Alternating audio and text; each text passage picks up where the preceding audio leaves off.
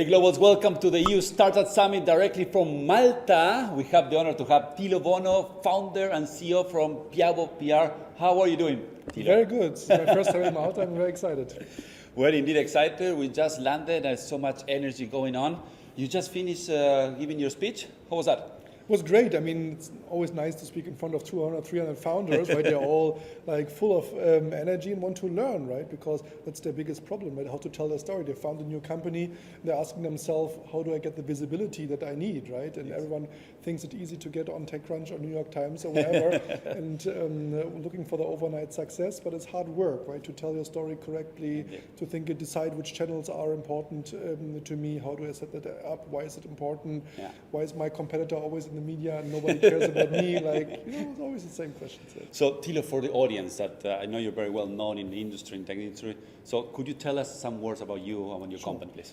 So Piabo Communications is the leading communications agency here in Europe, working for the most innovative companies in the world. Think about Google, Stripe, GitHub, Shopify, investors like Sequoia Capital, Bulletin, etc. We help with all kind of public relations, social media, content marketing, influencer relations, that helps them to give them the visibility that they need to grow, to attract clients, right? But also the best talent, but investors, whatever they need, right? Partnerships, etc. So that's really important. I think it was Ben Horowitz who said, a company without a story is a company without a strategy, right? No soul.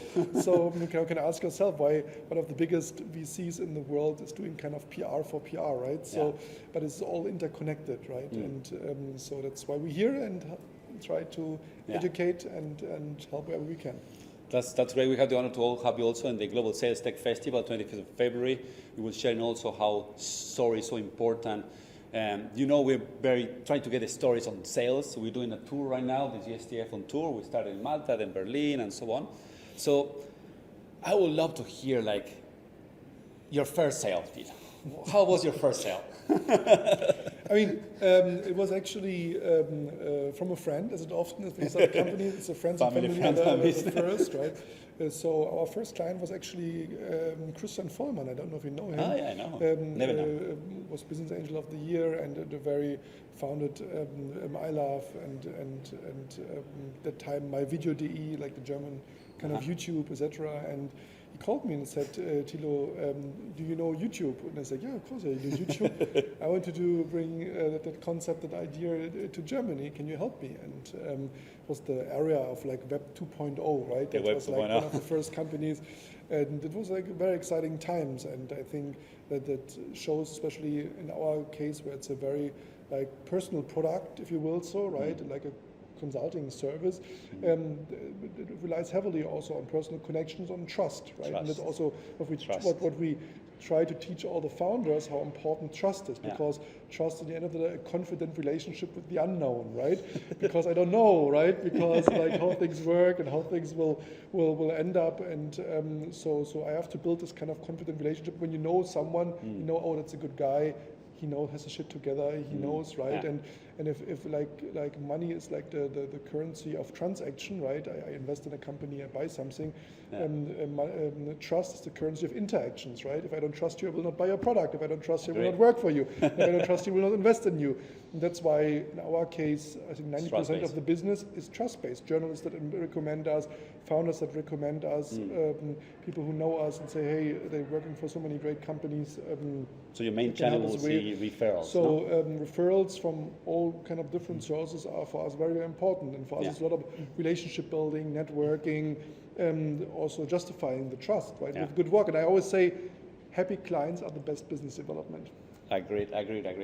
So tell us, how was the pricing? How do you come up with the price for Christian Vollmann? Like, okay, I need to come to YouTube, something very new, very innovative. Did you have like a price list? Okay, your YouTube, how many hours? Like, how do you come up with it? In the end of the day, I first of all knew how much time it will cost me, right? And then like how many days, etc. I need to make him successful, to make him visible, to compete with the other competitors in the market, etc. So I know how much time it costs, like to write a press release and to call a journalist, etc. Right? So you do a package, right, and say, you know what, that's what we want to achieve. that's what you should spend. Yeah. And often we have then also like a kind of success component. We say, oh, we're going to bring you on that Okay. front page The here, win-win. or in that magazine which is particularly important for you, etc. So you can always like find a way of having like kind of retainer, but also kind of a success fee, right? And it's a good combination. And some say, you know, we feel the success. Our story is so good when we are in so many media. We maybe like more focus on the retainer. Others want a bit higher success fee. We always find a good balance here, right? So also investing sometimes. Do like for investment. So I think, I mean, Service with my family office, of course, we invest with venture capital funds a lot, because 95% of our clients are backed by venture capital, so that naturally makes a kind of sense, but not so much like one-on-one, because this is like a very different business, right? Yeah, and, you have to negotiate with every founder, etc. That also undermines a bit like the relationship then, because you want to talk about different things with them, right? You want to make them successful, you focus on the media, etc. Then also have to talk about money all the time and like the valuations, etc. I think it's a bit too difficult, so leave that to the VCs. Yeah, good point. So now we forward, you close your first deal, and then you start growing and selling more and more. Yeah. So how was building that sales team? Like, so in the end of the day, given the success that we had then with our first clients and the visibility, it was then also a lot of like VC relationships that said, you know what you achieved for them, we want it also for our portfolio companies, right? So if you will, so it was not a direct sales that we called someone saying, oh, I want to work with you. We never did that, right? We never called the founder saying, we want to work with you, represent you. But like when it comes to people, trustworthy people in the industry that they trust, the investor, the journalist, the other founder friends, having this kind of recommendation network, like this is, I think, very important, that you have people who think in the right moment of you, right? When you sit in the boardroom and say, you know what, we need more visibility, right? It's who should we call, right? Then they're like, let's call Tilo, right? So that's what you mean, right? And this is often sometimes where how do you become top of mind? Right? When you think about, in my case, about PR storytelling, and someone says in a boardroom, it's like, oh, we need more PR, or we need more visibility, let's call Tilo. How do you get that? And I mean, I'm not the only one who provides that kind of service. I mean, we provide, of course, the best service, we are the market leader, fine. But I mean, how do you make that, right? And this is something that is for every industry relevant. And what do you stand for? That what most founders struggle with, that they say, oh, I'm good at here, and we do this, and that, in this industry we can serve, and this, so, no. Focus, right? What is your unique communication point, right? And what do you want to achieve? What do you stand for? And let's look here. As you said, we had a conference here in Malta. Like when a conference organizer thinks about who should we put on stage to talk about storytelling, right? I mean, there are 1,000 people in Europe maybe that could talk about storytelling, but I'm standing here in Malta with you and spoke to 300 founders about storytelling, right? Because I'm top of mind with the authority. But why is that the case? Not just because we are market leader and we are blah, blah, blah, blah. No, we have, of course, a high quality product. No, because the conference can't know how good our product is because they're not our clients, right? And they also maybe don't care if we're the market leader or not. They just want the best, but how do they know, right? And here it comes that in our case, we are focused. We only, as you know, we're friends in a long time, we only do tech innovation digital, right? We're not, if you're saying, oh, I'm the flag producer, or we're making these beautiful tables or glasses, and we need more, sorry, no. And it doesn't matter how much money you have, no. The answer is very clear. Even if you have these beautiful glasses, we will not work for you. If you have the Meta glasses, you're putting a chip or a sensor in it. It's coming up. Please call me. I'm happy to We're going to be talking like so. I'm happy to promote your smart glasses, right? But we are very clear what we do and what we don't do, and we're good and not good. And then there are tons of other people who are good in interior design and very know in which magazines these kind of tables should be in. That's not us, right? And so I think this is the main point, the focus, the clarity in the message, in the story. Don't be everyone for everything, right? That's true.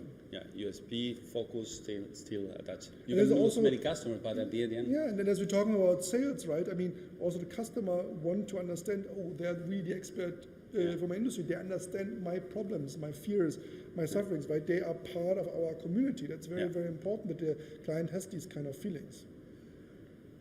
I'm really curious what kind of tools are you using, like for this building relationships, nurturing the relationship as well, with platforms, tools. Our audience is always interested in what is the next tool or next platform I need to be in to grow my network, my database, to keep people updated? Like, what are you using? So I use very simple tools. I have a tool where I can send personalized emails, right? So for example, when I invite to an event or something, where I make sure that via my normal Gmail account just can like have personalized emails. And there are of course tools like Relatable, etc., that are very good in CRM, like maintaining personal relationship. When is the birthday? Who has a dog? Things like that, and also like collecting data like from LinkedIn, from X, etc. Right? But for example, the question is honestly not so much the tool, because there's not this one tool for everything, right? Every tool has its strengths and its weaknesses. And I think the much more important question is like, what is for your business the right way to engage with people, right? Not every industry listens to podcasts or loves podcasts. Others, podcasts are super popular, for example, right? Some are good in LinkedIn. Recently, we saw studies and very big success with clients on TikTok. Now it's like, why TikTok? These are all the young girls, right, etc. No, but TikTok is so good with the algorithms and understanding what you like and don't. B2B companies have great successes there. What are the right influencers, etc. That's why I'm also saying PR, to come back to my world, doesn't stand for press release, it stands for public relations, right? It's public relation. So come up with a great story first, a good storyline, and then a second step, think not about tools, etc. Think about what are the right channels, right? How does it look like on a more B2B business platform like LinkedIn? How will it look like on TikTok in video, or on pictures on Instagram, or as a press release, or who are the right influencers? And to speak about relationship building, one format that we're doing is, for example, we're organizing dinners. But not dinner like when you've been to dinners, right? You're sitting on a table and then you have someone on the right of you, on the left. And one of them often is like someone who wants to sell you something and already ignoring them, right? So at the end of the day, you're having them maybe one good contact. Maybe at the beer at the bar, you're meeting maybe someone else, right? So our dinners are very different, right? They are moderated. Everyone is saying something, so you also know who the guy is at the end of the table, who's maybe very relevant to you and your business, right? So it's very focused, it's very highly curated, and we do that in a very private and personal setting, or a very small, intimate rounds. It's like often to 15, 16, 17, 18 people, right? Good food, but always focusing on the community at the table, so at the end of the evening, you actually have a community, right? And bringing people either industry focused together, or to a certain topic, or to certain job, etc. I mean, it depends. But this is something what people remember. When you produce content, it's an experience, right? And that's something where you really build relationships, right? And win friends before you need them. Indeed. So we know everybody's talking about AI. So two questions for you, because you come from stories, and how AI is impacting the stories, and then the follow-up, are you using AI to empower the sales as well? So AI is of course great to not start on a blank sheet of paper, right? The draft. So it can help you, give me some ideas for a better headline. I think that, what do you think? So you can challenge things. But still, I mean, think of AI still like a child, right? A child is exactly the same. It's growing fast, but you have to feed the child with content, with data, right? And then the child grows up and can make sentences. Sometimes it says things that doesn't make sense, so you have to correct it, etc. So it's an interaction like with a child, right? It grows up fast, is right, but it's still a child. Maybe it's a teenager, right? So, but this is important. Why I'm saying this is, you have still to fact check.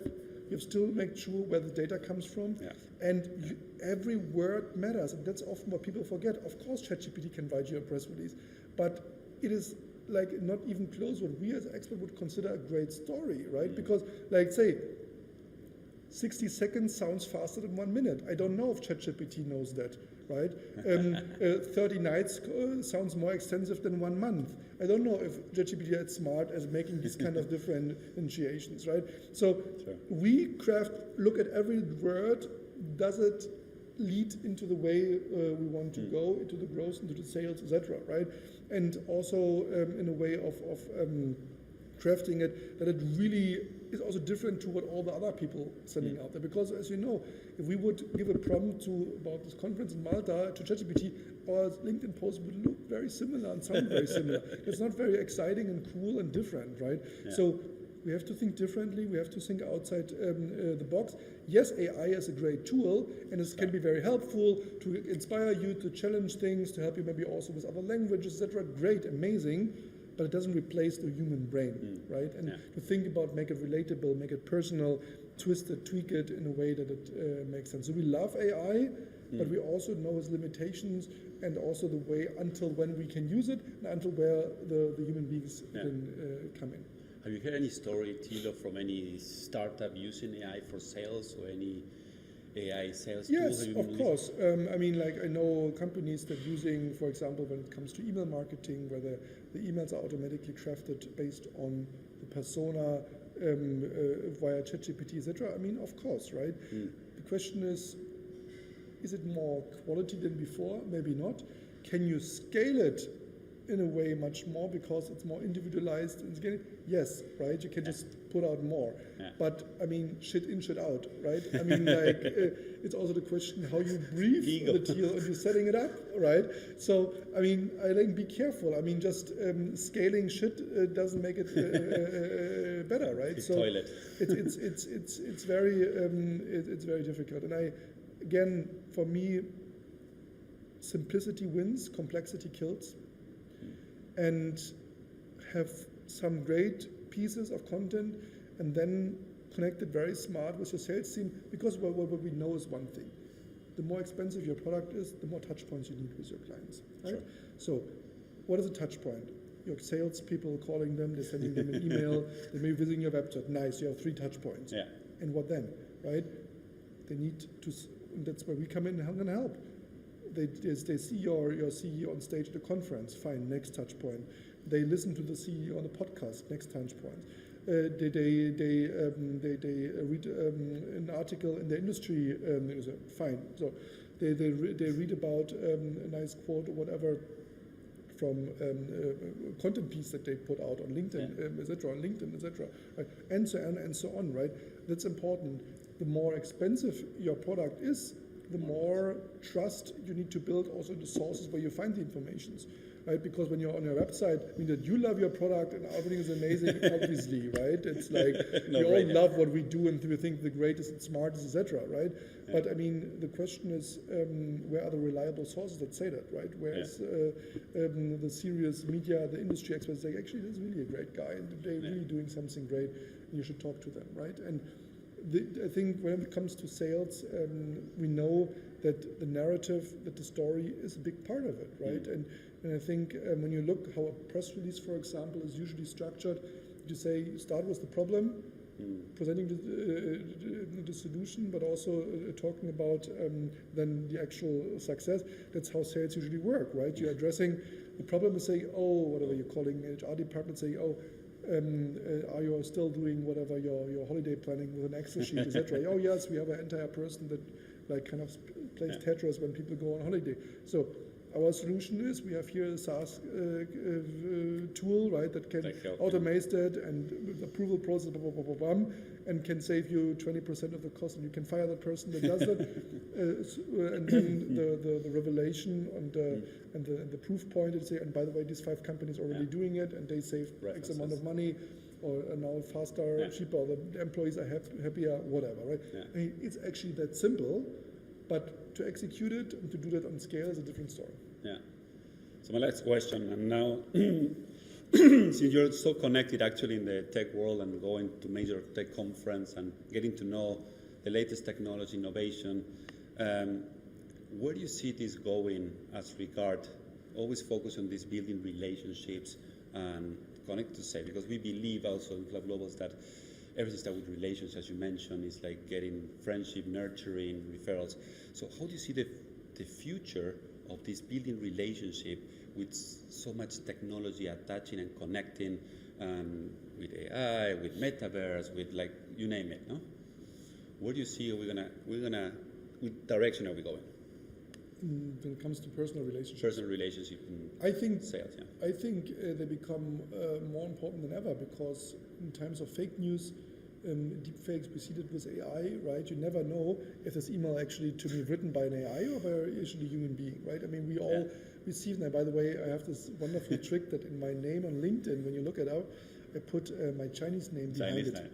Right? So when someone automatically writes me, I always see the Chinese characters, because if you would write me, you would never use my Chinese characters, right? If it would be human being, right? So I know exactly the amount who want to trick me with AI or robot or things, right? Everyone recommend them, change one letter or add something that you know if you're getting tricked or it's real or not, right? And I understand there are a certain amount of products that are just like when you sell something for $9.99, you maybe can't do this personal approach.